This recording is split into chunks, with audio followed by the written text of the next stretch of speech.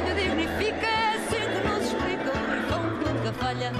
É ou não é? Que diz-te toda a verdade, é que só por dignidade no mundo ninguém trabalha.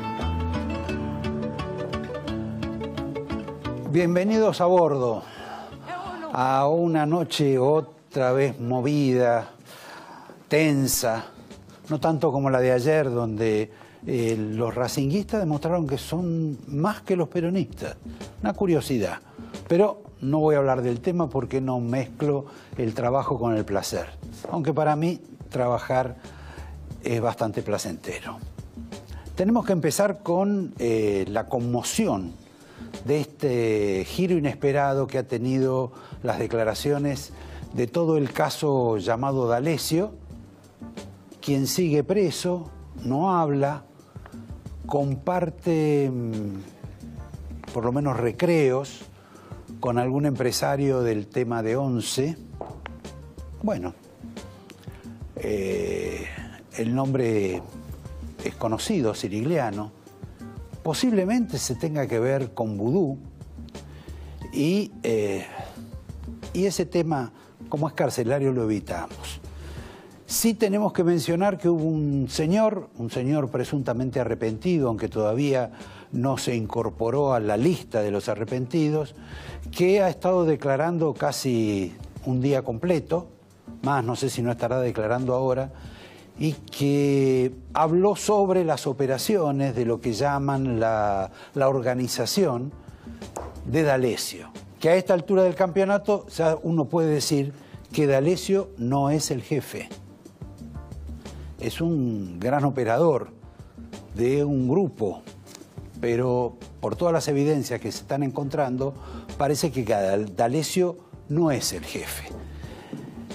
Hoy nos enteramos que el nuevo declarante señaló que espiaban a 2 jueces de la Corte Suprema. Curiosamente, a 2 jueces nuevos, a los 2 que designó Macri, de los cuales de uno está profundamente arrepentido. Más, dice que no es nuestra la designación. Se la atribuye obviamente a Elisa Carrió y está hablando de Rosati. El otro que estaba espiado, observado, seguido, vaya uno a saber, es Rosenkrantz, el titular de la Corte, que está en litigio con Rosati. En realidad está en litigio con todos los otros miembros de la Corte y él es representante de una minoría consolidada. Siempre vota solo, o bastante a menudo. Lo cierto es que nadie sabe por qué razón este grupo, esta organización, esta asociación, lo que ustedes quieran, lo espiaban a estos 2 miembros de la Corte.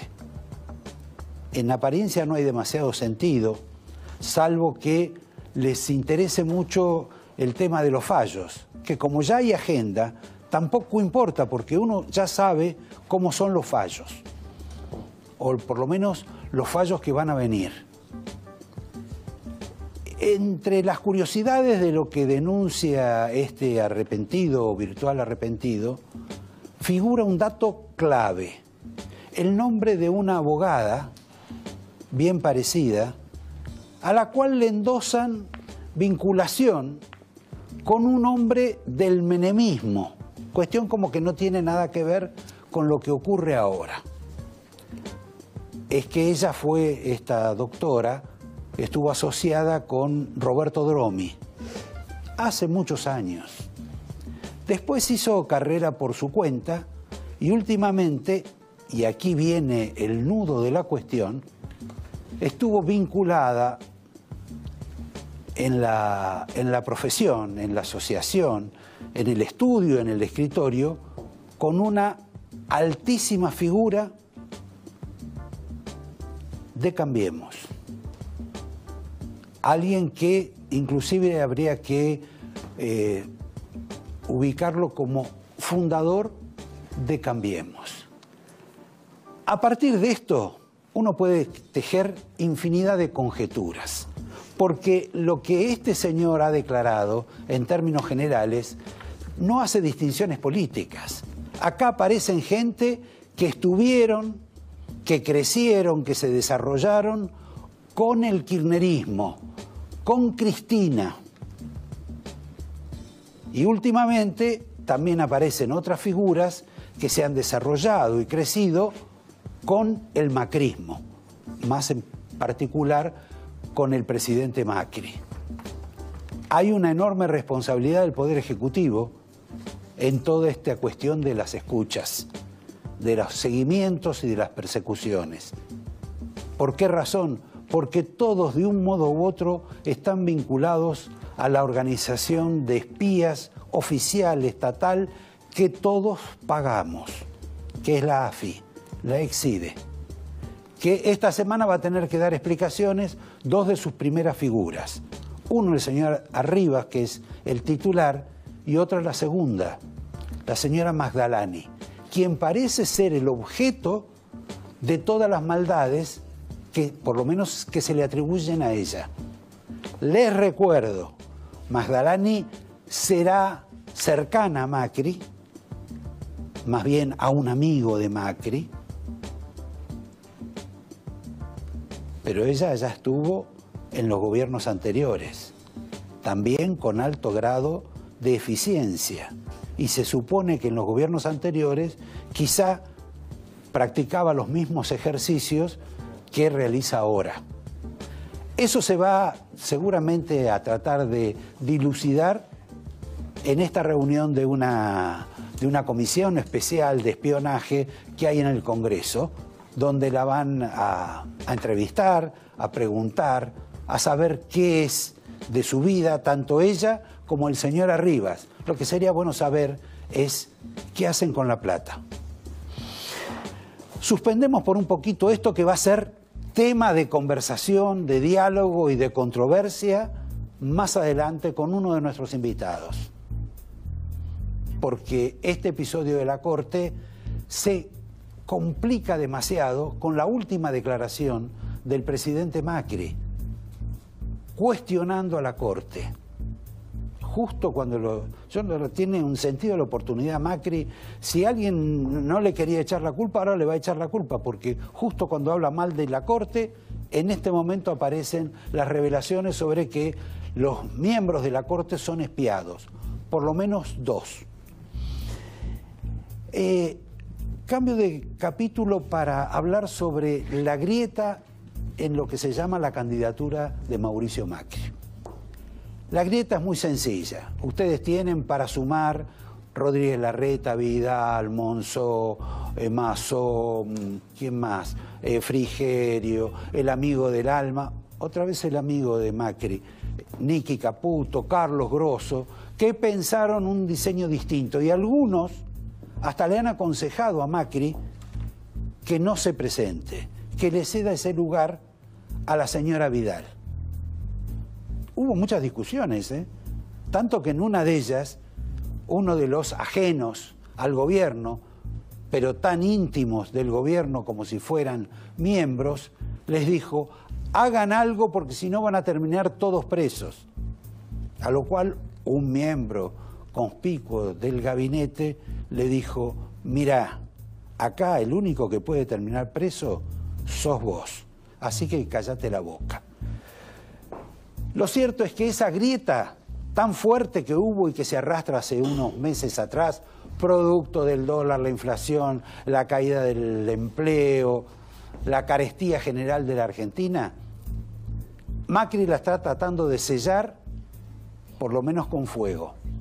Y todos salen a decir que Macri es el candidato de Cambiemos, del oficialismo, y que no hay ningún tipo de disenso. Y a los que se les atribuye el disenso son los que salen en la televisión, en los medios, a decir: Macri es el candidato, nosotros vamos con él. Hasta ahí un punto. Pero les recuerdo que, como observación de esa polémica interna, tuvimos en el programa pasado de invitado a Ricardo López Murphy, quien casi diplomáticamente describió esta grieta con estas palabras.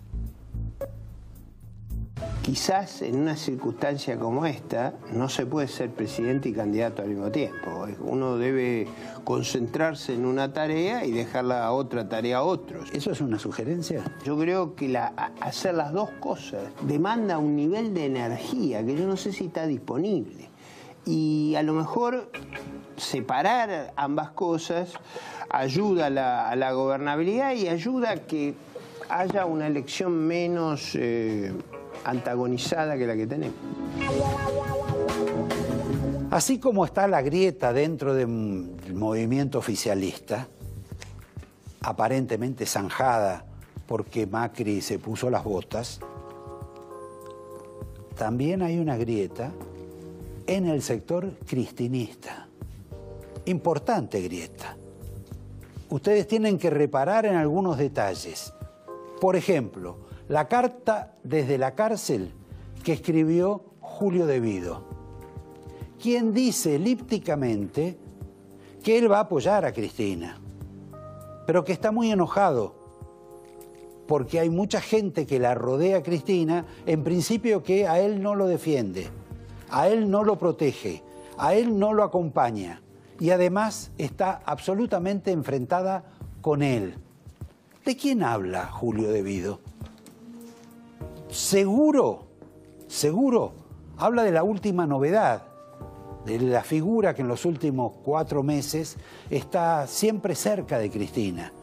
Y ella lo vuelve a consultar como lo consultaba antes, porque inclusive creo que Cristina y él se conocieron antes de que Néstor Kirchner lo conociera, Alberto Fernández, que de él estoy hablando, y lo designara jefe de gabinete.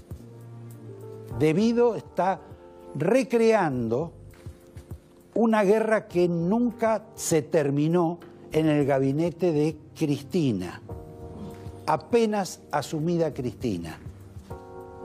Nunca Néstor Kirchner habilitó lo que Alberto Fernández quería en aquellos tiempos, que era despedir a Julio De Vido, cuando él estaba en muy buena relación con Clarín, del gobierno por corrupto. Hoy De Vido le reprocha a Cristina algunas de estas compañías. No es la única, ¿eh? No es la única disidencia que hay dentro de ese hermético, cuidadoso círculo en el cual Cristina es el centro de gravedad. La otra disidencia parte del señor Grabois, el líder, digamos, de algunos grupos sociales, que antes cerraba los ojos y acompañaba cualquier tipo de acto que decidiera Cristina. Hoy ya dijo que Cristina se presente, la vamos a acompañar, pero que no venga con los chorros. Un dato. Me voy a referir ahora a la declaración de uno de los 2 contadores de los Kirchner, en otra época, que fue el señor Manzanares, y otro que se llama Campillo, que todavía no habló, pero que recoge más aversión en Santa Cruz que Manzanares. Lo de Manzanares es muy interesante porque el gobierno, el oficialismo, ha entendido que la declaración de Manzanares despliega, despierta, abre un cofre de Pandora sobre hechos delictuales de la administración de Cristina. Pero hay algo que no mencionan. La declaración de Manzanares, que tardó varios meses en ser, digamos, elaborada por él mismo, quien tuvo una especie de fervor cristiano o católico, que ha empezado a creer en la confesión en forma absoluta y, por supuesto, en el perdón que acompaña el catolicismo. Este señor nunca involucró a Cristina en ninguno de los episodios de las fechorías que se han descubierto en esa administración.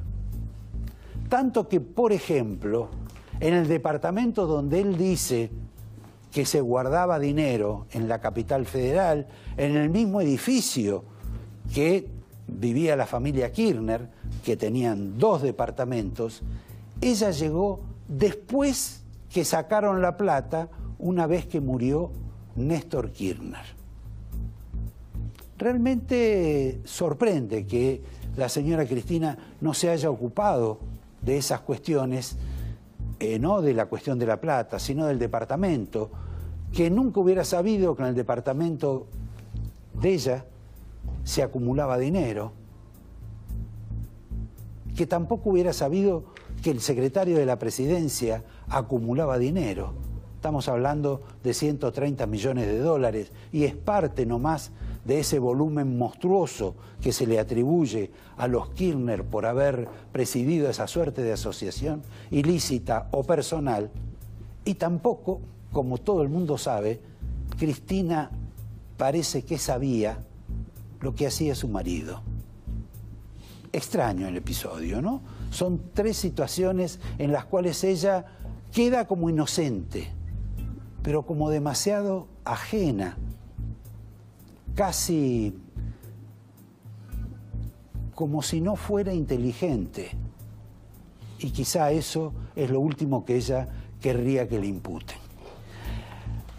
Voy a cambiar un poco de tema, vamos a ponernos en algo un poco más divertido, sin hablar de Racing, pero les digo que hay un canal de televisión, el canal del Grupo América o los canales del Grupo América, grupo que tiene una alta rotatividad empresaria.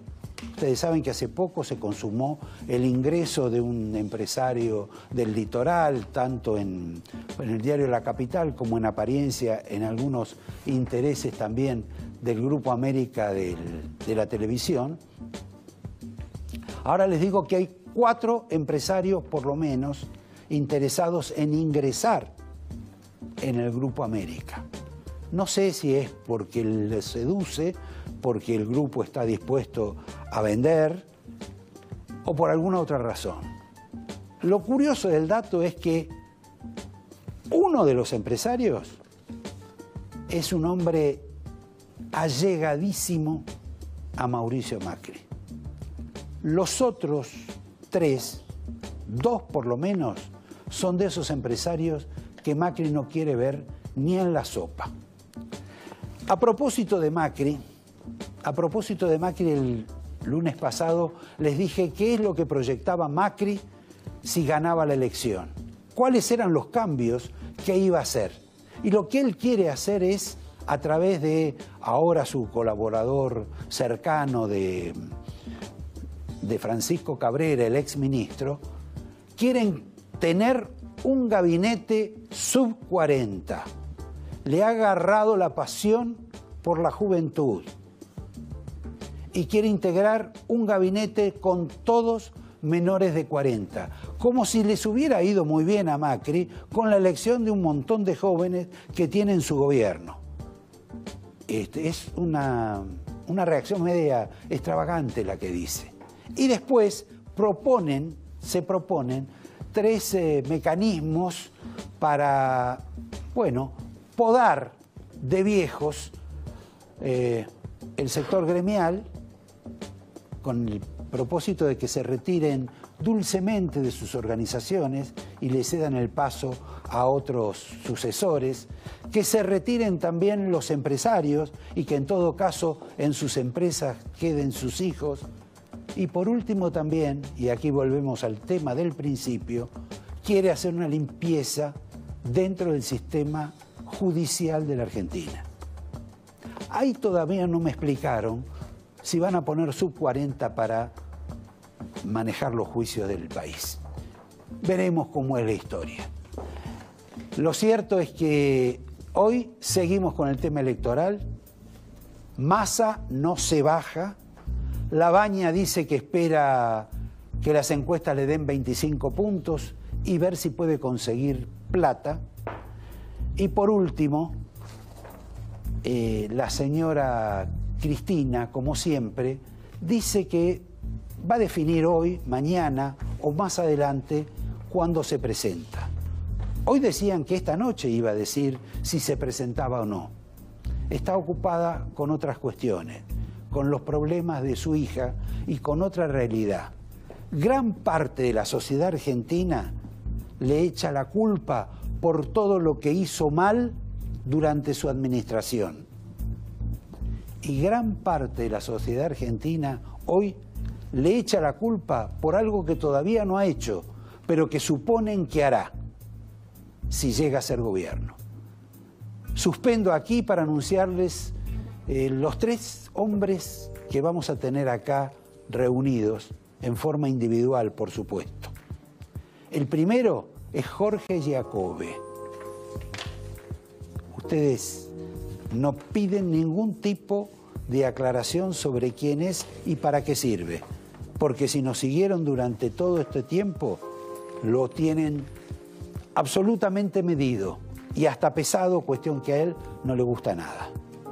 También vamos a tener a Sapsay, a Daniel Sapsay, un constitucionalista que cometió, casi desde el oficialismo, el atrevimiento de decir que lo que hizo Stornelli de no presentarse a la citación del juez de Dolores no corresponde. Y agregó algunas descalificaciones sobre el fiscal, sobre el tan controvertido fiscal. Con él también, por supuesto, vamos a ver más detalles sobre este giro que ha tomado la causa de Alessio con relación a la Corte. Y por último, como estamos pobres, no tenemos plata y no sabemos lo que va a ocurrir, queremos ponerle un título a la entrevista con Diego Giacomini que nos ilumine una vez sobre si es cierto, como dice Melconian, que posiblemente si no ocurren determinadas condiciones, hacia fin de año nos vamos a la mierda. Lo dijo técnicamente, yo se los digo tal cual él los dijo. En un minuto empezamos. Con Jorge empezamos con un dato, porque ahí abundan los ejemplos sobre presidente que devalúa, presidente que no puede ser reelegido, acá o en cualquier otra parte del mundo. Razón por la cual el máximo propósito de Macri es que el dólar no se mueva. ¿Es incorrecto o correcto lo que estoy diciendo? En términos políticos, ¿no? Me parece que el teorema que estás armando es acá o en otra parte del mundo es absolutamente incorrecto, porque lo que pasa acá no pasa en ningún lugar del mundo. Y lo que pasa en cualquier lugar del mundo no tiene nada que ver con lo que pasa acá, digamos, ¿no? Pero eso, Jorge, ¿no es esta especie de presunción que tenemos los argentinos sobre nosotros mismos, de que somos, no, y la tiene el mundo. Somos diferentes, distintos? Y lo somos. Para peor, tal vez. Hace poquito tomaba un café con uno de los miembros del equipo del Fondo Monetario Internacional acá, ¿no? Un mes y medio. Y... ¿El negrito? No. Ah. Y entonces me dijo, Giacobbe, ustedes los argentinos están totalmente locos. Un verbo inhabitual. Sí. Yo le dije, ¿por qué decís eso? Me dijo, mira, nos piden 60.000 millones. Se los damos en 48 horas, al 4%, que es la tercera parte de la tasa que correspondería. Ustedes inmediatamente los empiezan a putear, tienen 300.000 millones afuera, y además el ministro de Economía dice que no trae su plata hasta que no confíe en la Argentina. Ustedes están locos. Y todo el mundo los vemos así. No es solamente que los argentinos nos creemos especiales, que eso es cierto, sino que el mundo también nos considera especiales, ¿eh? No entiende lo que pasa acá. Por eso no se puede ayudarnos. Es imposible ayudarnos porque no se puede intervenir sobre la locura. Ahora, Jorge, volviendo, digamos, a lo más pedestre. Sí, cotidiano. El otro día, un periodista cordobés, amigo de Macri, haciéndole un reportaje que supone Macri que tenía que ser, digamos a su favor, porque lo conoce hace mucho tiempo, se visitan, etcétera, le dijo al aire, Mauricio, vas a perder las elecciones. ¿Qué te Tiene parece? buenos datos. ¿Eh? Tiene buenos datos. ¿Vos creés que es irremediable? Porque vos creías que no se iba a presentar. Vamos a empezar por ahí. No, yo creo que no se presenta. Hiciste una apuesta con un caballero racinguista de que no se iba a presentar. Lo cierto es que hoy hizo conferencia de prensa el ministro Frigerio, acompañando infinidad de declaraciones de Rodríguez Larreta, que también hizo hoy declaraciones, de Vidal, de todos que dicen que Macri se presenta. Y que ellos creen que además si se presenta... ¿Sabés que el gana. fin de semana la llamó a María Eugenia Vidal? Está hoy en Clarín publicado testimonialmente. Y le pidió ir al retiro. En Chapamar. Mauricio, claro. Y textualmente le dijo, estoy preparado para el retiro. Le dijo. Textual. Está publicado en Clarín la frase. Tiene un gran sentido del humor el ingeniero, entonces. O está descontrolado, que es lo que yo creo, que se vio en el reportaje de Majul, que se vio el 1 de marzo en la Cámara. ¿Vos crees eso? Sí, que está fuera de control, sí. ¿Por qué frase? 300 te podría decir. Lo del padre. Lo del padre para mí fue absolutamente premeditado. Y bueno, podemos creer que es absolutamente premeditado y podemos creer que es todo lo contrario. No, perdón, yo tengo un fundamento. Inmediatamente después, todo el grupo de la señora Carrió salió a expresar no solo su solidaridad con Mauricio, sino a decir que había cometido un acto de grandeza, de algo que en general casi nadie tiene, de alguien que 4 días antes... Te estás contradiciendo, García. ¿Por qué razón? Lo que hay que explicar es porque no está claro. Bueno, pero yo si no 40 personas tuvieron que salir a explicar lo que dijo, porque... A ver, García, la Argentina es peligrosísima. Porque cualquier... ¿Te tengo que decir, Jacobi, a vos? Bueno. Porque cualquier cosa que vos digas es posible. ¿Sabés que en Suiza la normalidad es un ancho de banda? Que es así o así. Sí. En Suiza, como en todos los países ordenados y organizados, el ancho de banda de la normalidad es estrecho. Acá tenemos ancho de banda como el dólar. En la Argentina... Gigante. Es tan peligrosa la Argentina que estaba por eso. Cualquier idea que vos volques y cualquier opinión que des es posible. No hay nada que sea imposible. Bueno, pues se supone que alguien fundamenta eso. Yo creo que... Podemos explicar que el padre trató de delincuente, que este muchacho trató de delincuente a su padre. Sin duda. Y lo podemos explicar positivamente o negativamente. Ahora... Bueno, si pero perdón, me parece que ellos buscaron una explicación positiva a partir del grupo de Carrió, diciendo que estaba agradecido porque se había desprendido aún del amor que había tenido al padre, al que despidió con lágrimas y tomándolo como ejemplo de padre 5 días antes, pero ante 50 personas. Que Cristina era una abogada exitosa, por ejemplo. Se ha dicho cada pavada, Roberto. Bueno, los presidentes están para eso. ¿Era necesario que el presidente tratara a su padre de delincuente en cámara, digamos? No sé, pero eso lo sabés nadie más vos. Nadie lo exigió, nadie se lo preguntó. Vos sos consejero. Sí, claro. Y si un cliente mío hiciera eso, le pego un balazo en la rodilla, Roberto. Obviamente, pues absolutamente innecesario. Bueno, pero por ejemplo, si tomamos a Durán Barba, vos... Tu discrepancia con él también es para pegarle un tiro en el sentido de que vos debés pensar que la economía, el bolsillo, es un factor gravitante en la decisión electoral. ¿Y quién te dice que eso es Durán Barba? No, Durán Barba piensa lo contrario. Dice que eso no tiene ninguna importancia. Bueno, yo creo que las decisiones más erróneas de la gestión Macri las tomó Macri en persona, aún a contraviento de la gente que lo asesora. Este tema de que la culpa es de los entornos, Roberto, se explicó con Nerón, se explicó con Irigoyen, se explicó con Perón. Siempre la culpa son los entornos. Ahora, los entornos los eligen los número uno. La cuestión del entorno es siempre una excusa para salvar al líder. Las decisiones las toma él, Roberto. Está clarísimo. Ahora, vos en alguna medida decís... Las buenas y las malas. Sí, por supuesto. Que Mauricio no se va a presentar y quizá eventualmente tampoco se presente Cristina. Yo digo, si tengo un auto que no tiene nadie, supongo, un auto esportivo, carísimo, etcétera. Sos muy vivo. ¿Por qué se lo voy a dar a manejar a otro? Es la pregunta que me hago. Con Macri, que ya está manifestando que no, que él va a manejar el auto sea como sea, aunque se estrelle. Y Cristina también dice lo mismo. El otro día un colega tuyo me preguntó si Cristina no iría por el bronce. Y yo dije que después del oro, el bronce, ¿no? Claro, es al revés el proceso. Roberto, podemos entretenernos dialécticamente discutiendo esto. Yo te digo que 55 puntos de imagen negativa a Cristina, 55 puntos de imagen negativa a Mauricio, 6 meses antes de ser candidato, es imposible. Es imposible. Si ya arrancan así un segundo periodo, imposible. Estamos todos locos.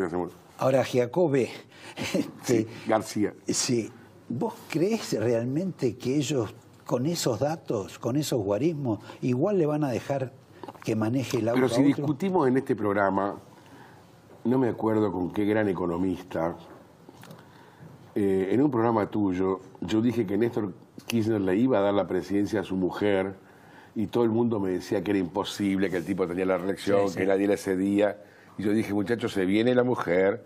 En realidad yo decía, se viene la mina, pero se viene la mujer, se viene la mujer, se viene la mujer, y todo el mundo me decía que no, que nadie delega, que nadie cede. En la Argentina pasa lo que no pasa en ningún lugar normal del planeta, Roberto. Ahora, tenemos a los dos candidatos que conocemos hasta ahora, en principio, más allá de que ella todavía no se definió y que hará como con lo de Vudú hasta el último día, hasta el último minuto. ¿Para qué se elegiría Cristina? ¿Para gobernar? ¿Puede gobernar en contra del Fondo Monetario? El 20 de enero vencen 20.000 millones.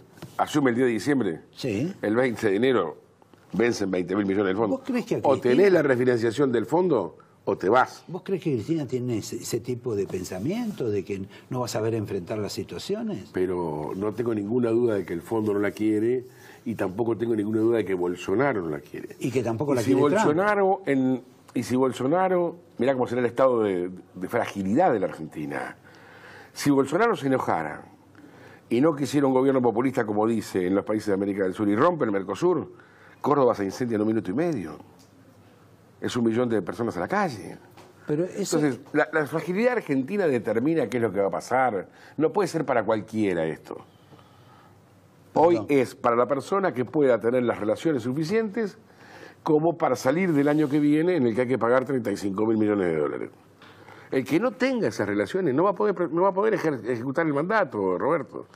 Entonces, esa misma persona no se va a sentar porque serán locos, serán lo que vos quieras, pero se sientan para estar, no para irse los 15 días. Ya ha pasado que gente que... No, a mí me... es un Tiene una lógica el juego. Está bien que es Argentina, pero el juego tiene una lógica. Nadie se va a ir para irse a los 20 días en un helicóptero, nadie se va a presentar para irse... Ahora, eso... Independientemente no lo de que pensaba de la Rúa 24 horas antes de la Rúa no helicóptero. pensaba nada. Lamento que de la Rúa alguien haya creído que era una persona en capacidad de dirigir la Argentina, Roberto. Lo lamento muchísimo, ha sido un papelón eso.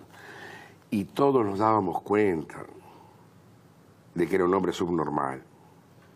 Todos nos dábamos cuenta, cualquier persona que le dio la mano alguna vez, yo se lo decía a sus compañeros, a los que después fueron sus ministros, no se puede presentar un hombre, y me decían, este es un presidente estilo europeo.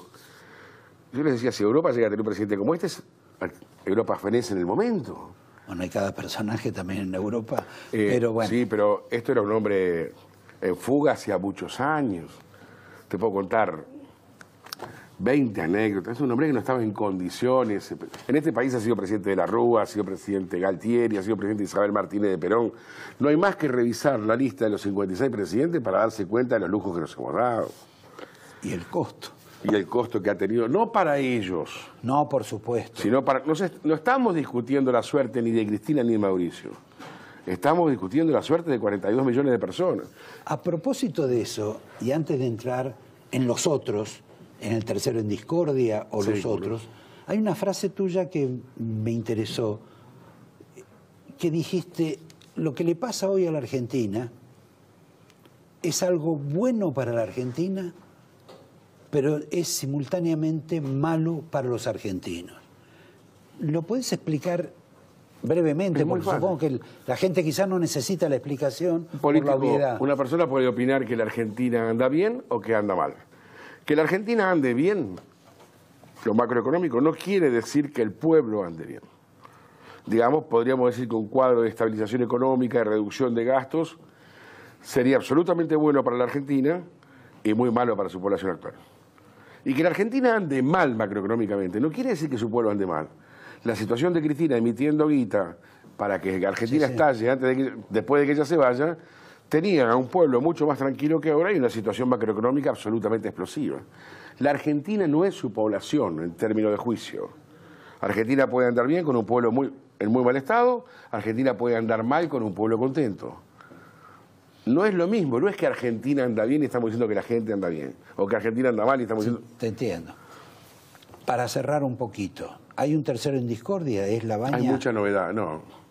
Nosotros no lo vemos, a nosotros nos está midiendo 8,8 puntos. Che, Jorge, me voy a levantar porque no va a haber presidente en Argentina, si no se va a presentar nadie entonces. Y es muy probable, lo estamos diciendo, nosotros dudamos de que alguien se quiera sentar. Sí, que sería un acto de racionalidad. Bueno, pero faltan en ese tercer sector muchas novedades. Se están armando candidaturas muy interesantes de derecha nítida, que en conjunto Gómez Centurión y algún otro miden 7-8 puntos, La Baña está midiendo 8,8 puntos. Se va a presentar, empieza a romperse... Ahora, esa es una multitud de enanos. Y 8 puntos es la tercera fuerza. Ahí se empieza a resquebrajar severamente el kirchnerismo, anuncia su candidatura presidencial Guillermo Moreno. Es decir, lo que estamos viendo no es el escenario final. Estamos discutiendo, suponiendo, dando por bueno que esto es Cristina y Mauricio. Y yo digo que no es ni Cristina ni Mauricio. Bueno, vos me estás nombrando un elenco por el cual nadie va a comprar una entrada. Porque las dos primas donas son Mauricio y Cristina. Y eventualmente alguna figura. Ahora, todos los otros son bolos extras en una obra de teatro. Lo que yo sé es que estamos asistiendo a una dirigencia que nos está diciendo que sin ellos no se puede y a un pueblo que nos está diciendo que con ellos no se puede. Bueno. Y esta situación de alguna manera va a encontrar cauce de salida. No es esto, desde mi punto de vista, lo que estamos viendo, lo que va a suceder. Jorge, tenemos unos meses, un par de meses. Y una apuesta. Bueno, la apuesta está, por supuesto, está conservada. A sangre y muerte. Yo creo... Lamento que no haya saludado a Colón de Santa Fe, que también tuvo muy buen desempeño este año. Me Casi gustó, del otro lado que me Racing. Me gustó el desempeño de Unión, que me dio algún tipo de alegría. Es mala palabra. Te doy el vino, gracias. Te doy el marcador de la casa y otro día tráeme un libro que la gente siempre te lo va a recordar. Hoy me lo leí. Te agradezco enormemente. No, por favor, García. Muy entretenido, Giacobbe. Y a ustedes, bueno, un minuto de tiempo, de espera, de sufrimiento para esperar la llegada del doctor Sapsay. El hombre que nos va a curar, por lo menos en lo jurídico, esperemos, porque ya también ese sector empezó a complicarse demasiado, mucho más de lo que imaginábamos en la Argentina. En un minuto, por favor. Gracias, Jorge. La novedad, digamos, judicial que tenemos es todo lo que ha pasado con las declaraciones de este nuevo arrepentido. Pero antes de pasar a este nuevo arrepentido, tenemos un caso verdaderamente notable dentro de la vida judicial y diría política en la Argentina, que es la reiterada no presentación del fiscal Stornelli al requerimiento del juez Ramos Padilla en Dolores. Vos te pronunciaste en contra de Stornelli. Digamos, yo lo respeto a Stornelli, pero creo que toda persona, y en particular un fiscal, tiene que estar a derecho. ¿Qué quiero decir con esto? Ramos Padilla, de quien tengo una muy mala opinión, la vengo diciendo de hace tiempo, no obstante eso, ha sido ratificado en su competencia, o por lo menos en llevar el caso, por la Cámara Federal de Mar del Plata, que es su alzada, sí. Y la Corte Suprema le dio recursos para que pueda trabajar mejor, un auto y dinero para contratos, para que tenga más personal. Entonces, es la persona que ha sido ratificada y que tiene la legitimidad para llamarlo. Entonces, yo me pregunto, ¿está mal asesorado Stornelli? ¿Cuál es el motivo por el cual no se presenta? Perdón, como diría Giacobbe, acá la culpa no es de los ministros. La decisión, y en un caso judicial, la toma el propio interesado. Es Stornelli el que decide no ir. No ir, sí. Ahora... se vale de sus fueros. Por supuesto. Porque esto no lo podría hacer el común de los mortales. Ya la segunda vez que no vas, te traen de las orejas con la fuerza pública. Ahora, en el caso de él, ¿el procurador todavía no se expidió? No se expidió, no. Dio 10 días para que él responda por qué no se presenta. Ahora, a tu juicio, ¿qué es? ¿Es capricho? ¿Es temor a que aparezca algo? Mira, yo creo que él está absolutamente plantado en dos verdades. Una, que este juez no le garantiza ningún tipo de imparcialidad. Y otra, que si le pasa algo a él, cae la causa de los cuadernos. Lo primero... Perdón, sí. Ya Bonadío hoy también lo ratificó a él. A él, sí. Ahora, la verdad, que si él fuera procesado, tiene las dificultades judiciales o de investigación que dicen, la cantidad de nulidades me parece que se iban a empezar a aparecer en la causa de los cuadernos iba a ser gigantesca. Mira, yo no creo que haya problemas para seguir sustanciando la causa, porque hay otro fiscal, lo cual es excepcional para llevar una causa. Creo que lo hicieron muy bien, la Corte puso también al doctor Rívolo, que es un fiscal muy respetable. Entonces, eso por lo menos, a mi modo de ver, garantiza de que el curso de la causa continúe. Después, la posibilidad de que haya nulidades, bueno, veremos. Si vos fueras abogado de los empresarios presos, ¿no tratarías de buscar nulidades a partir de esto? ¿Sabes lo que pasa? Que yo nunca sería abogado de los funcionarios. Más imagino que Dios te libre y guarde, tampoco serías abogado de los kirchneristas. No, mirá qué poco. Además son temas penales que no es mi especialidad. Ajá. Eso me parece importantísimo, ¿no? En todo caso, una vez que llegue a la Corte, les podría redactar un recurso extraordinario o un recurso de queja, pero porque se han violado el debido proceso o las garantías constitucionales. Pero antes no les sirvo de nada porque es como ir a un gastroenterólogo si tenés un problema de oídos. Sí. Ahora, la verdad que es medio abstracto esto de que el juez lo declare en rebeldía y no lo pueda detener. Bueno, y es que el otro sistema argentino. No hay casos mirá anteriores. Lo que pasa con Cristina y con Menem en otro nivel. Sí, pero yo me acuerdo... Con condena y todo, el caso de Menem. Sí, claro. Ahora, por ejemplo, nosotros tuvimos un fenómeno parecido de impugnación, que fue a una jueza, quien además fue procesada, que sería lo máximo, se supone, que le haría Ramos Padilla. Es lo máximo. A Stornelli. Sí. Ahora, esa mujer, contra Arslanian, en contra de toda la clase media bien pensante de la Argentina, que hasta inventó una canción, la popularizó, que era Burumbum Burumbundía. El programa de Tato Bores. Exactamente. Que fueron muchos de los periodistas más prestigiosos del periodistas país. Y algo más, y ¿no? Actores, Esa mujer enfrentó, peleó y ganó. Y ganó. Ahora, es otra absoluta sorpresa, porque que en plena democracia una violación tan fuerte a la libertad de expresión, la paralización de un programa determinando qué es lo que se dice o no se dice, que no se nombra a ella, era para un juicio político, de acá a la China. Pero bueno, en la Argentina evidentemente era una persona que en ese momento tenía grandes favores y había dado muchos servicios. No te olvides todo el tema, por ejemplo, en la causa de los Yoma, y de Amira Yoma en particular. Bueno, en realidad era por la causa Yoma la que habían... Sí, ahora, ella se sentó encima. ¿Cómo afecta cómo un fiscal, como en el caso de Stornelli, puede aparecer, vincularse, ser sorprendido por un episodio de estas características con un personaje como D'Alessio y con una red como lo que empieza a aflorar ahora? Mirá, yo quiero pensar en el principio de inocencia. Para mí todo esto ha sido una cosa absolutamente ¿Dimensionada? Sí, sobredimensionada, no, porque está, de alguna manera, hay aprendices de hechiceros que están de atrás. Sí, por supuesto. Esa es mi impresión. Perdona, al margen de que haya un interés político que está vinculado con Cristina, digamos, con abolir la causa de los cuadernos, etcétera, la realidad es que él no se ha comportado a derecho, digamos. Para mí no. Y creo que él no estaba de ninguna manera envuelto en semejante podredumbre, porque es un hombre que ya lleva muchos años de vida pública, porque también ha tenido cargos en puestos políticos. Fue ministro en alguna medida de los Kirchner, porque él estuvo con Scioli. Ministro de Seguridad de Scioli. Exacto. Pero de todas maneras... Aunque nadie dice que Scioli fuera de los Kirchner. Sí, es todo un menjunje. Exacto. Sin embargo, fue el candidato presidencial puesto por Cristina. Ahora, a lo que yo voy es que fíjate que en todo ese camino jamás se lo acusó de nada, ¿eh?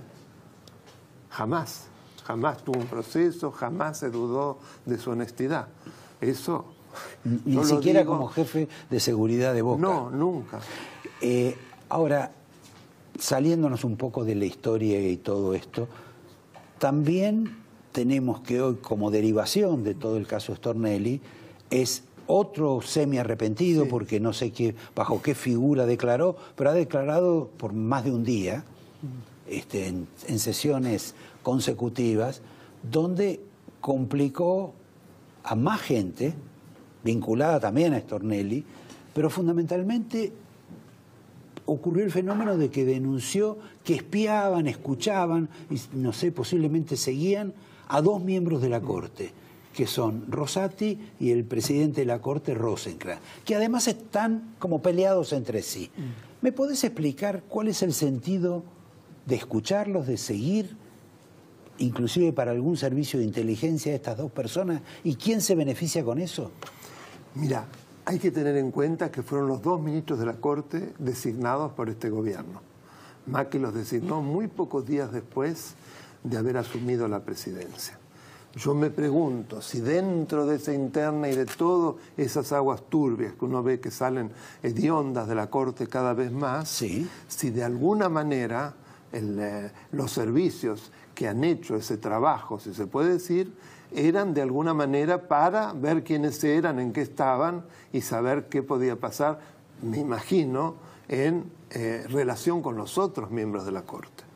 Ojo, entraban dos objetos extraños. Ahí estás imputando directamente al gobierno.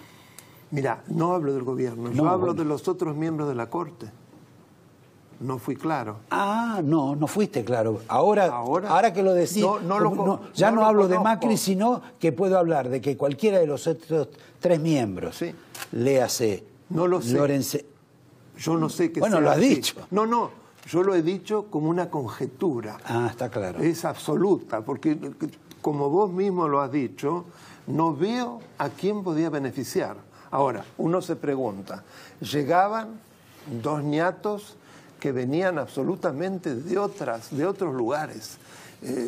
Evidentemente, la situación de quien quedaba producto de gobiernos anteriores, pues ya los que quedaban, sí, no, uno de Duhalde, de Maqueda, sí, claro, y que ya estaban acomodados, ya estaban asentados en la Corte desde hacía años, podían temer qué van a hacer, cuáles son las pretensiones, cómo van a fallar. De hecho, la jurisprudencia de la Corte cambió muchísimo. Absolutamente. En muchos temas. Tanto que, que Macri, justo en la semana donde aparecen estos casos, él se expidió contra la Corte, o por lo menos contra los votos de tres mayoritarios, de los... Exacto. Pero si vos ves los primeros votos, por ejemplo, en el tema del caso Fontevecchia, que fue clave, porque implicó un cambio total de la jurisprudencia en relación a la jurisdicción de los organismos internacionales, votaron en el mismo sentido Rosenkrantz y Rosati, Pero desde en el mismo entonces sentido. Después hubo varios fallos donde también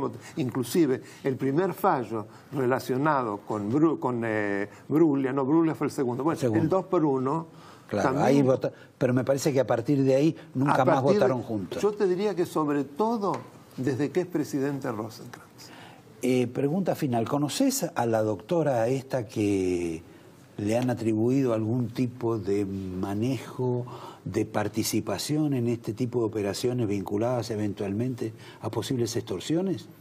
¿Cómo se llama? La verdad que no... Se llama algo así como crisis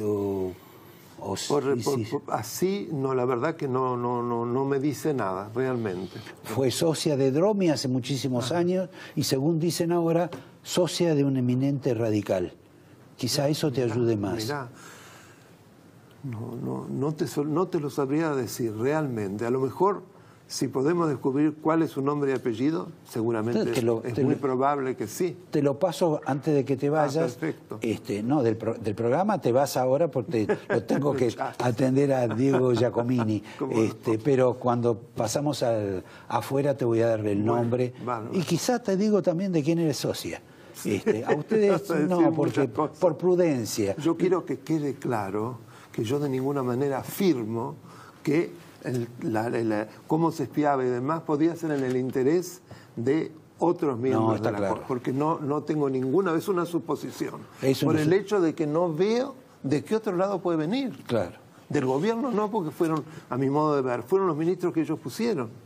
Bueno, y uno, digamos que sigue fiel al gobierno, que es el caso de Rosenkrantz. Absolutamente. Pero te digo que es una conclusión que llegaste, a la cual también alguien bastante más primitivo que vos como yo piensa lo mismo. Pero los primitivos pueden tener mucha más intuición de quienes estamos estructurados con mayores análisis intelectuales. Te agradezco que me conserves en ese lugar del primitivismo. Sí, sin ninguna duda. Gracias, Daniel. Perdón, yo también te tengo que dar el vino. Es un intercambio. Sí, muy buen vino. Exacto. Ya me lo has dado en otras oportunidades. Me alegro que te guste. Y el también. señalador que yo los voy... Mira, este es un libro que para mí es sumamente valioso, porque es un libro que contiene la gran parte de la obra de mi madre, que era una gran pintora, Sofía Sapsay, y que fue una oportunidad en que se le hizo una exposición retrospectiva y de memoria en el Museo Sívori. Y este libro era el libro que en ese momento se lanzó. Así que me encantaría que lo mires porque creo que vos sos coleccionista de arte, ¿no? No, soy apenas admirador. O admirador, pero sé que te gusta. Lo que sí diría que de antemano que tiene como reminiscencia de Frida Kahlo. Sí, ¿ves que sabes? Sí, bueno, esta serie, vas a ver que el resto no, pero esta serie evidentemente ella era una gran admiradora de Frida Kahlo, no solo por su obra, sino una personalidad arrolladora, ¿no? Otro día hablaremos de eso. Te agradezco, Daniel. Soy yo el Los agradecido. invito, por favor, y disculpen la procacidad, pero a saber por qué los argentinos, como dicen Melconian, nos vamos a ir a la mierda. Pero eso lo va a confirmar o lo va a incrementar, aumentar, seguramente por su personalidad, Diego Giacomini. En un minuto volvemos. Gracias. Estoy dispuesto a sacar el ticket de... que como dice Melconian, nos vamos a la mierda. Lo que quisiera saber en qué tipo de vehículo nos vamos a ir. Y además el día, la hora, si es posible, o el mes en el cual nos va a ocurrir ese fenómeno. Mirá. Y si lo compartís. Lo comparto, desgraciadamente concuerdo con Melconian, yo soy pesimista para el 2019, para el 2020 y 2021. Argentina está en trayectoria de crisis. O sea, a mí lo que pasó en la segunda mitad del 2018... lo que está pasando y va a pasar en el 2019, hago un paralelismo con 88, primera parte del 89 y también 2000-2001. Bueno, eso para vos, la gente no se sitúa en esas cuestiones. Pues si le preguntas quién era el que gobernaba en el 88, en el 89, la gente no sabe. Bueno, a ver, hay que decirle que, salvo que ocurra un milagro, Argentina muy probablemente va a terminar en una crisis en el 2020 y 2021 que va a ser más grande que las dos últimas grandes crisis que fueron en el 89 con Alfonsín y en el 2001 con De la Rúa. ¿Por qué? Porque esta crisis tiene la combinación de las peores dos cosas de esas dos crisis. En lo económico se parece a la del 89, que después te lo comento. Sí. Y en lo político probablemente se parezca más a lo que nos pasó en el 2002. ¿Y sabés qué es lo grave? ¿Por qué digo que es más grave esta crisis? Porque cuando tenga lugar, Argentina enfrenta dos riesgos. Hiperinflación, por un lado. ¿Puedo preguntar yo? Sí. Porque lo vamos a interrumpir acá al docente. Sí. Empecemos con el dólar. Sí, que vos dijiste que en junio va a estar en 54. Va a ir más pronto que tarde a la banda superior. Ahora, yo me pregunto, vos decís eso, pero el exministro Cavallo dice, los dólares, para evitar corridas, para evitar espiralizaciones medias ridículas, dice Domingo Cavallo, los dólares están. Entonces, ¿por qué va a ocurrir ese fenómeno? Mira, para mí, en esto disiento totalmente con Domingo Felipe Cavallo, voy al grano. Primero, ¿por qué va a ocurrir esto? Porque cuando uno mira el balance del Banco Central y mira el gobierno, ¿qué sucede? Primero, el gobierno no tiene reputación. Cuando uno mira para atrás, la reputación es mirar para atrás y decir, a ver, ¿cumplió algo de lo que le dijo? ¿Qué dijo? ¿Cumplió? ¿Acertó con un objetivo? Nada de eso. Eso lo condiciona para adelante, para el futuro. No tiene credibilidad. Cuando yo miro el balance del Banco Central, que ahí es una medida tangible de la credibilidad, yo veo un balance del Banco Central que bien medido está quebrado. A ver, bien medido el Banco Central tiene hoy en día 52.000 millones de dólares de pasivos, sumando base monetaria y LELIQs y pases. Y reservas de libre disponibilidad tiene solamente 19.000 millones. O sea, y no tiene con qué pagar las LELIQ, que hoy en día son 23.000 millones. Y si sigo con los números, y te comento, te digo, hay para correr contra los dólares. Mira, si yo sumo todos los depósitos privados a plazo fijo, más todos los depósitos a la vista, A51, que es el valor de la banda, son 40.000 millones de dólares. Y todavía en la cuenta no te metí ni las LETE ni las LECAP. Y hay 19.000 millones de dólares solamente. Ahora, que no se pueden gastar todos. Diego, y usando, digamos, el castellano antiguo de Melconian. Sí. Yo escucho lo que vos decís y escucho lo que dicen muchos profesionales de la economía. Pero también, por ejemplo, leo un último informe del Credit Suisse. Sí. Donde en alguna medida dice que conviene quedarse en pesos porque va a ser más negocio quedarse en pesos que ir al dólar.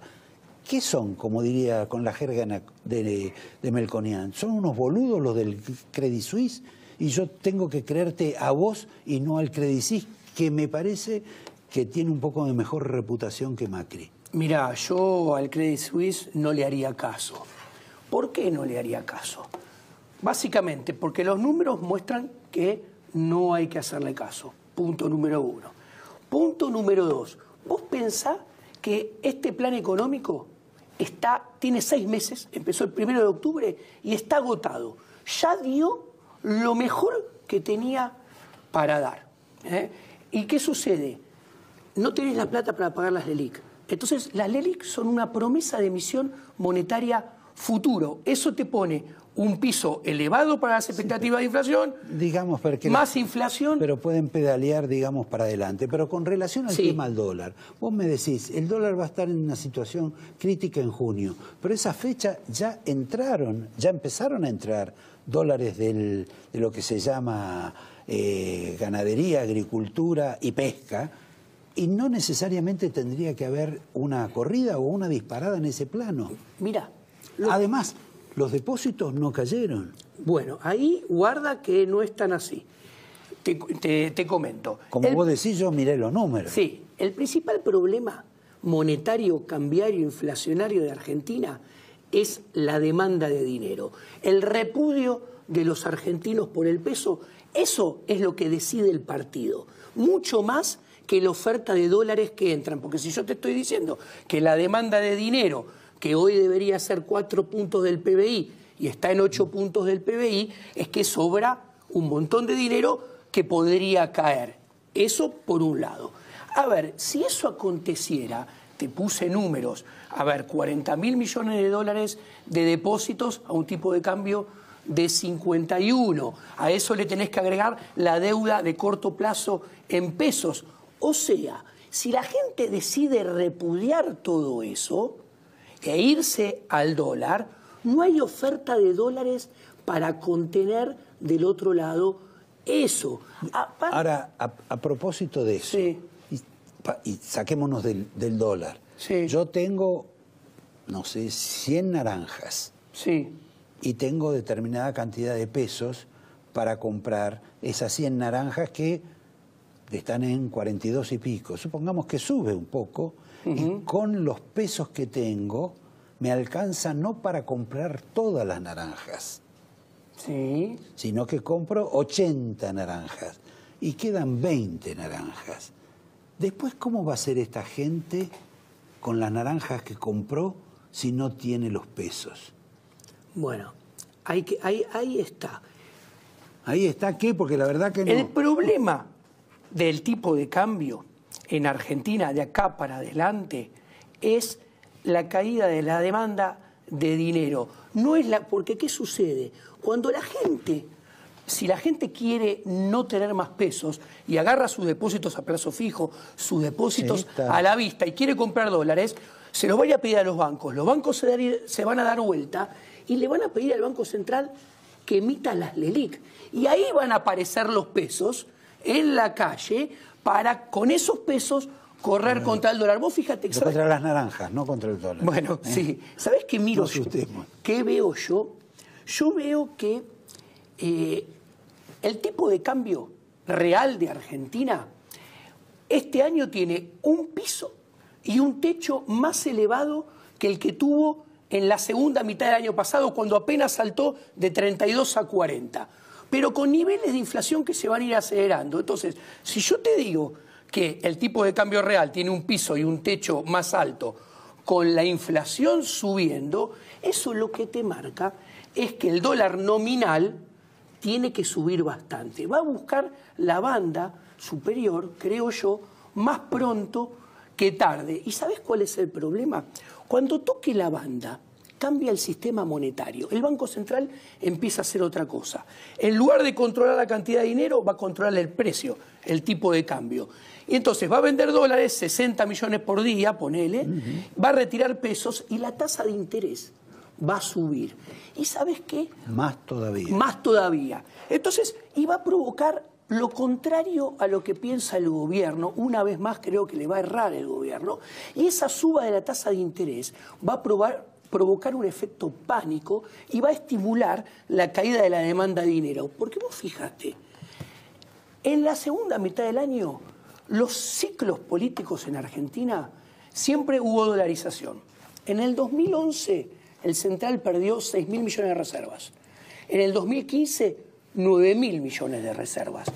Este ciclo electoral, que al menos hasta ahora pareciera enfrentar a Cristina contra Macri. Pongamos en autos, ¿qué quiere decir esto? Un presidente que cuando Vargas Llosa le pregunta ¿qué vas a hacer en el segundo mandato? Contesta lo mismo pero más rápido. O sea, ¿qué va a hacer? Va a hacer que el PBI per cápita caiga más, que la inflación aumente más rápido, que la devaluación sea más pronunciada. Me parece que dentro de sus limitantes de lenguaje no quiso decir eso, ¿no? Bueno, pero si quiere tomar las mismas medidas, porque no le está haciendo caso a Einstein. Einstein decía, si quieres resultados diferentes, prueba intentando hacer cosas distintas. Él dice que va a hacer lo mismo y más intensificado. ¿Y qué resultado va a lograr? Perdón, Macri está convencido de que en este momento está por primera vez haciendo algo correspondiente, que está cumpliendo con lo que esta cuestión elemental que le ha dicho el fondo con relación al ajuste de tipo fiscal. Miente. Mauricio Macri miente. ¿Por qué? Se miente a sí mismo. Mirá, también. A sí mismo, a su entorno y a nosotros los ciudadanos. ¿Por qué? Hoy hay un artículo de mi colega socio Javier Milei que hace un contrafáctico. ¿Cómo está de salud? Javier está muy bien, no pasó absolutamente nada. Pero lo mordió el perro que más ama. Se pelearon dos perros de los 5 que tienen, cometió el error de querer separarlos y uno los rasguñó, lo que pasa es que tienen dientes grandes, nada más. Sí. Nada importante. Pero ¿qué sucede? ¿Por qué digo que Macri miente? Primero, porque según el contrafáctico de Javier Milei, que el contrafáctico, a ver, si vos emitís, donde la economía se parece más a una ciencia dura, es si vos emitís de más y la gente no quiere esos pesos, el dólar va a subir en Argentina y la inflación se va a acelerar. Es casi física, ¿ok? Bueno, mostró que sin el paquete del FMI, la devaluación, el aumento del dólar podría haber llegado a 520% sí, anual y la inflación a 500. La gente no gusta de contrafácticos, pero a ver, el contrafáctico de la BCG es la tuberculosis. En esto es lo mismo. ¿Cuál es el vos problema? tenés hoy el fondo atrás. Bueno, tenés la garantía del pero fondo. se están tenés los patinando dólares. la plata y no están haciendo nada de lo que tenían que hacer con la plata. Entonces, ¿sabes qué? Adormecieron el riesgo de default, pasándolo para el 2020-2021, taparon el riesgo de hiperinflación, pero como se patinan el dinero y no utilizaron el dinero para, por ejemplo, arreglar el balance del Banco Central, porque el balance del Banco Central, que está quebrado y se quiebra el patrimonio neto negativo mes tras mes más, a final de junio el pasivo monetario más no monetario remunerado son 2.5 billones, más que el pico de Sturzenegger cuando empezó la crisis. Entonces, como no lo arreglaron, posponen los problemas. Cuando aparezcan, van a ser más grandes de lo que eran originalmente. Por eso yo digo que el problema de esta crisis, que salvo un milagro, estamos yendo derechito y como dice Carlos Melconian, nos vamos a la mierda. ¿Por qué es más grave que las dos anteriores?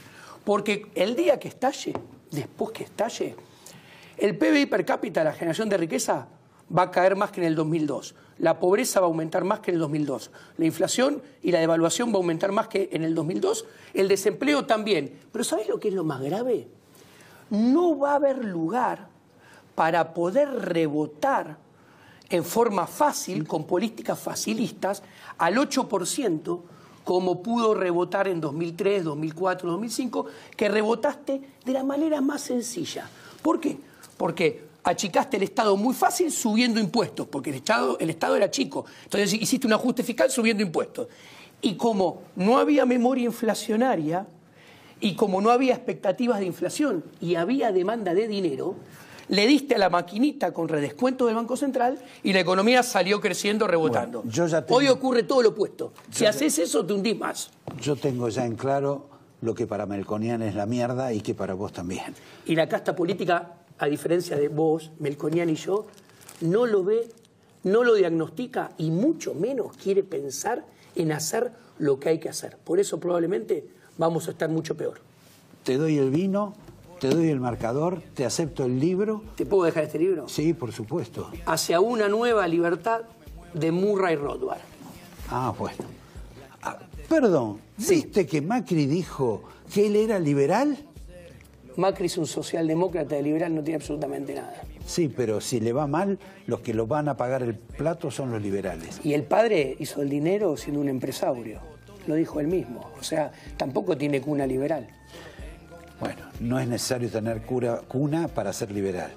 Pero te agradezco, Diego. Un abrazo a Javier. Un abrazo. Y a ustedes los despido hasta el próximo lunes, que se entretendrán otra vez con estos diálogos, algunos muy sabios y otros por lo menos entretenidos. Gracias.